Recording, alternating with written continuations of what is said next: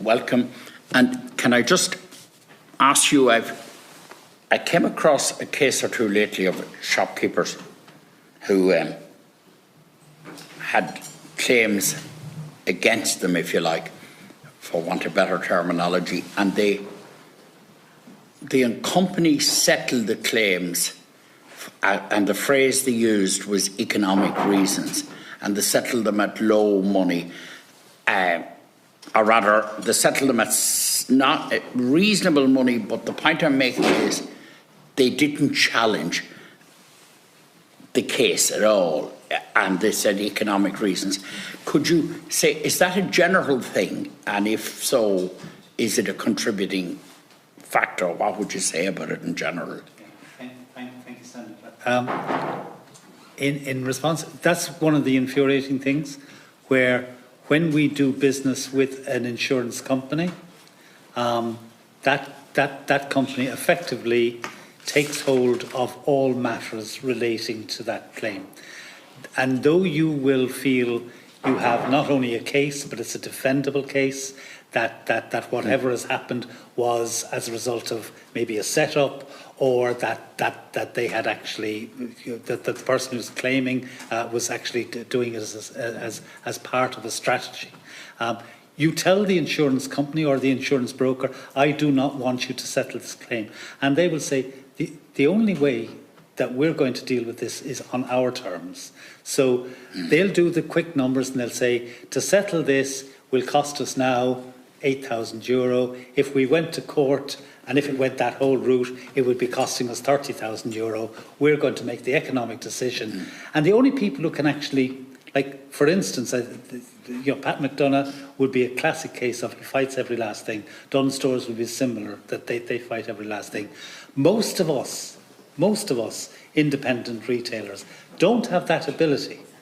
We don't have that ability to either dictate to our insurance company what to do, or to actually fight it ourselves. Could I have a number of other questions then quickly, but could this be rectified? I mean, what could government do to deal with this? Yeah, well, you got a situation at the moment, and in a very short space of time, you'll be able to assist if you actually take on board some amendments to the defamation bill that is being considered by the Seanad, because certainly there has always been the defence of qualified privilege, and yet at the same time we keep on hearing and keep on getting people coming out at us.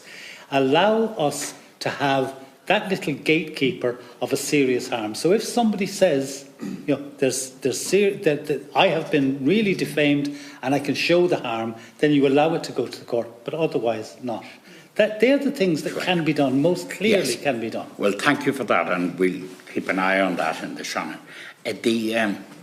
Now, I know you did, Deputy Timmins raise this, but could you delineate quickly, I have a couple of others, so fairly sharply from, if you're able to delineate, what are the obstacles, the specific obstacles to more companies coming into the market, to more competition, basically?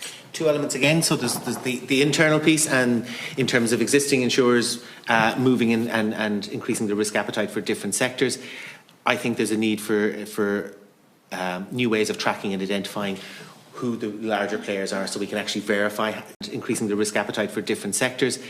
I think there's a need for new ways of tracking and identifying who the larger players are, so we can actually verify whether there's sufficient competition or adequate competition in certain markets. In terms of externally, I think we need to do a better job I think we need to properly resource the Office to Promote Competition in the insurance market to promote Ireland as a destination to come in, to make sure that there's absolutely no problems in terms of accessing the relevant data that insurers need to decide whether they need to come in. But this is something that needs to be, when part of all trade missions and so on, this is something insurance needs to be talked about. Ireland as a place to come and write business. Yeah, thank you for that. So we should do something about that. Now it is, and it's well referenced earlier, but just the 17% premium increase, the 13% profit increases, and relative to 5% internationally. I know there are a number of elements creating that, but is there specific competition or is there specific consumer law that could deal with that? Is there? Have you researched potential laws that could be used there? Senator, I'm not aware of any that would answer that could be used in those circumstances, and and at the end of the day, I think there is a piece of none of the existing laws, but there's potential in the defamation law. That's all. Well, no, I suppose the truth of the matter is that the style of economy that we work under allows for people to earn as much profit as they can. Whether you're going to put a cap on it, whether this House is going to put a cap on it, is a different matter altogether. But truly and truly, if they were to actually allow people to get the benefits of reduced premia, then naturally there would be reduced profits. But they're not doing that. Yeah, well, I'm sure that there are enough occasions. If they're going up 17% at a time at I'm sure that there's enough occasions where the state actually, that the insurance company need the state, and maybe the state shouldn't be as free in offering facilities to them. Okay. I mean, the auto enrolment is the classic case. Yeah. Next question. Why? Forgive me, because there was a time I was very up to speed with this in many years ago in another role I played, but I'm not now. Why is it not the case that if I have a claim against my local shopkeeper, just to simplify it, so I fall on the floor of my local shop, I have a claim, why does that not automatically go to the resolution board? It does in virtually all circumstances. Cases go there, but they're able to leave. You don't have to agree to settle there. So what's happening is, so the client, I can leave the resolution board. Yes, you can. Even if I'm offered fairly standard monies. So that begs the question, but it's our issue here. Something should be done to prevent that. Yeah, well, that's why. Well, like the WRC, if I have a trouble with my employer, if a worker in that shop, they must go to the WRC, and it works wonderfully. It works wonderfully. So this needs to work similarly. Yeah, and the truth of the matter is, if the WRC, if the Resolutions Board offers, let's say, 20,000 based upon the guidelines, I can guarantee you that in 9 times out of 10, 2 years later than the insurance board, you will have only received the same amount of money. Through the other process. But your legal advisors will have received 23 times more. That's bizarre. You were saying that. That's in your presentation, yeah. And my last, well, I'd like something on the broker, but no, this thing of litigation. Explain that to me. How it goes. If I'm anecdotally discovering, just anecdotally, chatting around, and we all have a duty in our roles to find out what's happening in the world around us. And anecdotally, I'm picking up this thing that small claims are being settled rather than go the whole. They're settled on the steps of the court, or they're settled even before the steps of the court on economic grounds. And we discussed that earlier. How does the diversion into litigation happen then? So I fall on the shop floor, I seek my claim. Where does it go to litigation if it's settled outside? Like where? Do you know? Well, if it's settled, it's settled. It's when it's rejected, it goes the litigation route. It goes into the court. So if the person claiming rejects it, must go through the whole process then. Yeah, or the insurance company. But generally speaking, it's going to be the individual, the person who's actually bringing the claim. Yeah. And this again is where the resolution board is not having the proper function and teeth. But anyway, and the board has done, to be fair, has done very well, and it has slightly increased. Its model is excellent.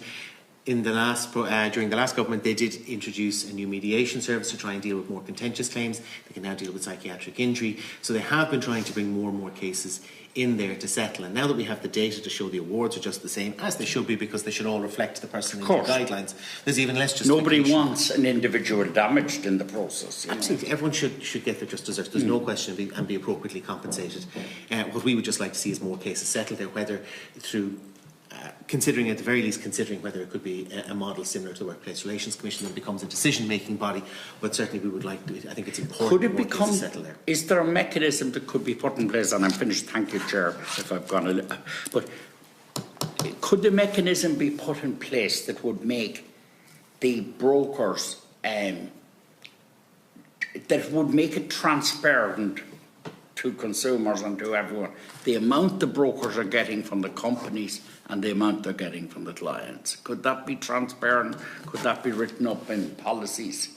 Should that not be the case? Then in other words, I know if I go in for my insurance, I should know how much the broker are getting off the company and how much they're getting off me. Well, I They think definitely know how much they're getting off you because it's on your bill. It's on your bill, so they will tell you that much. I don't know, but I know But they they're won't tell required. me what the company is giving them. Well, you see, there's different way. We've all seen this, and it goes back a long way into the groceries order.